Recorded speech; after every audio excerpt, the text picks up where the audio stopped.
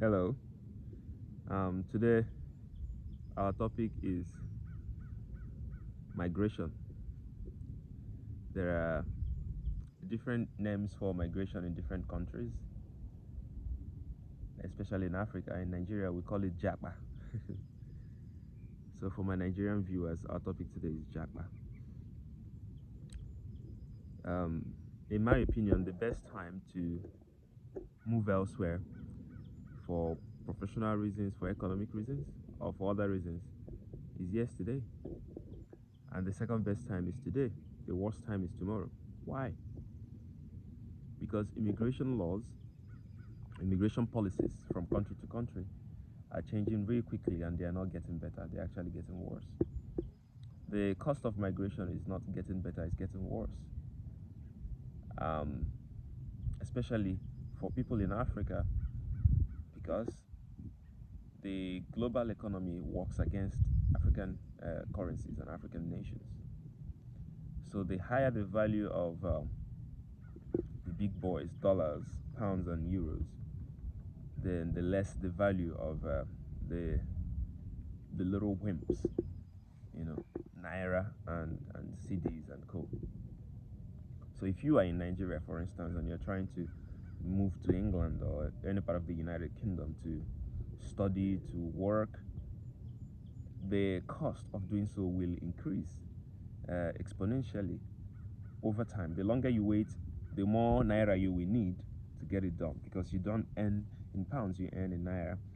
And if pounds is increasingly getting bigger than the naira, it means you will need more naira per pound. Okay, that's one. Two, doors are not opening as the days go. Doors are actually thinning, shutting down as the days go, which is why best time to do it was actually yesterday. Second best time today, and by today I mean now, and the worst time is tomorrow, because you don't know the changes that will occur tomorrow. So how do you do it? um, First of all, you decide why do you want to travel in the first place, and that by uh, migration here, I mean, it could be temporary or permanent. You could just want to get um, your advanced education outside of your own country and then come back and do your thing in your own country, or you want to move and work, and there are opportunities for both. um, and I'm talking about, you know, legal opportunities. I'm not talking about those who pack a backpack, jump into a boat, and try to invade a country illegally. Those are illegal immigrants and should be treated as such. I'm not referring to those people in this video. I'm talking purely about legal migration, the kind of migration that the country you're going to actually welcomes with open arms, all right, and facilitates. So you decide why do you want to do it. Now that's up to you. I have no ideas for you. I have no opinion about why you want to do it. In fact, I'm not encouraging you to do it or discouraging you to do it. It's up to you. So you knock that off the park. Next thing is, how do you want to do it? And what are the opportunities for you to achieve that? But then everything starts with you getting your passport. So get your passport. Have a passport, first of all. You don't travel anywhere without a passport. So you get a passport. And then you work out why you want to travel, what you are going there to do, and what opportunities exist currently. When you work out these things, your process will become a lot clearer to you. And how do you find out what opportunities there are? Well, so many ways. Before you even have a conversation with an individual, you can just go on YouTube. There's almost nothing that YouTube doesn't have information about, or go to Google.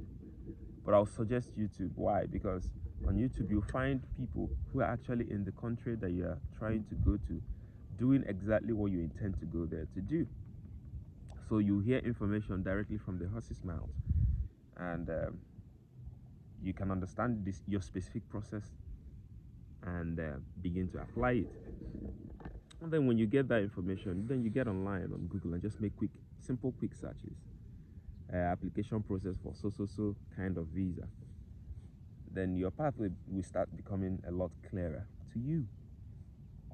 By the time you've done all these, if you now try to approach an individual in that country for questions or for further guidance, you would have had baseline information from which your questions will arise.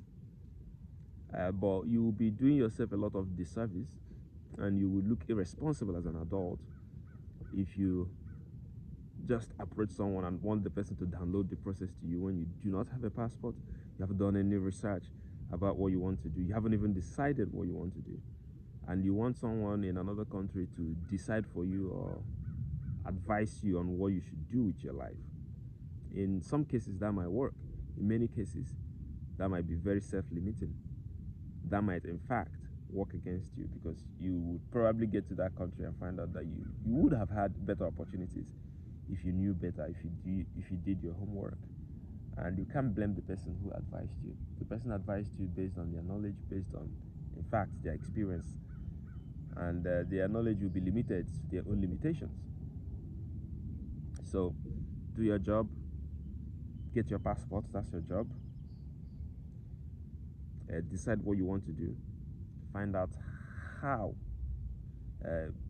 you will do it, what opportunities are there, and then you can now ask someone, more questions about the how to achieve it, and it's going to make your journey a lot easier. And by the time you're done with this, you would probably realize that you don't really need agencies.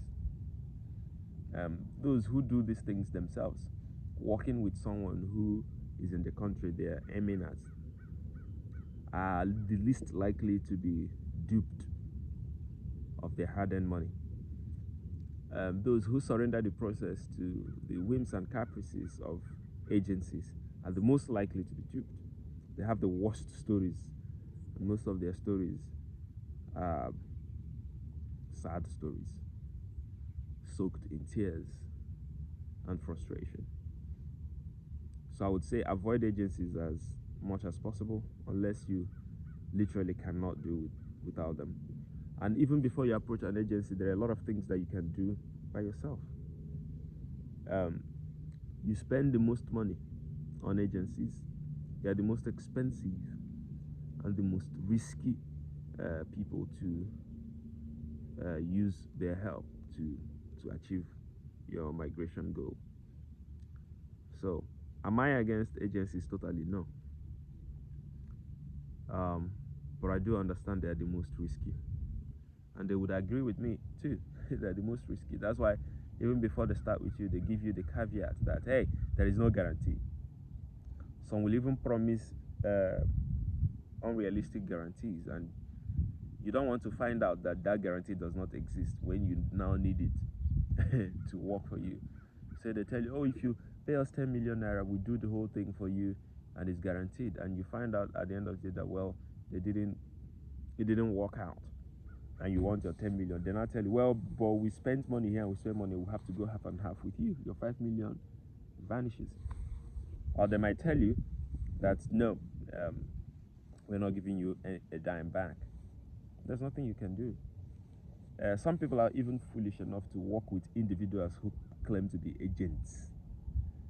What is the person's credential as an agent? Does the person have a license as an agent? And what is a migration agent? I know about immigration attorneys. I do not know about individuals who claim to be businesses and who claim to be agents in migration. If someone comes to you and claims that, oh, I am an agent migration agent, whatever, however they word it, that should be your first red flag. Your red flag, that's a red flag waving in front of you, and you should know that this person is just a hustler. So avoid these hustlers. Even if they're from your village, avoid them. When it comes to making money, people do not mind fizzling their own kinsman to make money. So your kinsman will very, very easily steal your money if he has the opportunity to do so. So don't assume that just because you guys are from the same village, that it now means that they are dependable, trustworthy. You might learn a huge lesson from that. So I hope I've been able to assist you with the basics of this process. And if you just pay attention to what I've said and try it out, you'll find out that you'll be more knowledgeable about your own specific process or intended process than the average person who did not come across this or who doesn't have the willpower to do their own homework. And you have a higher chance of making a headway than those people. And finally, believe it or not, many of these migration processes are very competitive. And if a country has a certain quota number of visas they give for a particular visa category, they will prioritize the best cases. Those who know more will make the best cases. Those who are prepared more will make the best cases. And they are more likely to get these visas than other people. And one of the outcomes of doing your homework is that you find out what prerequisites you would require. Say if you need an exam, you would then know that, okay, I need this exam to do this application, and then you start on time to prepare. And the same place where you found out that you need this exam is also where you find information about the exam, how to prepare for it. Say for instance, you find out that if you are going to Canada through the PR pathway, that you'd require IELTS General. If the sooner you know, the sooner you start preparing, correct? And on the same YouTube, for instance, where you found out that this is one of the requirements of your process, is also where you find IELTS courses. And there are some on my channel, by the way, and they're available for free that you can tap into and make use of that to help yourself. And I wish you the best in your process. Shalom.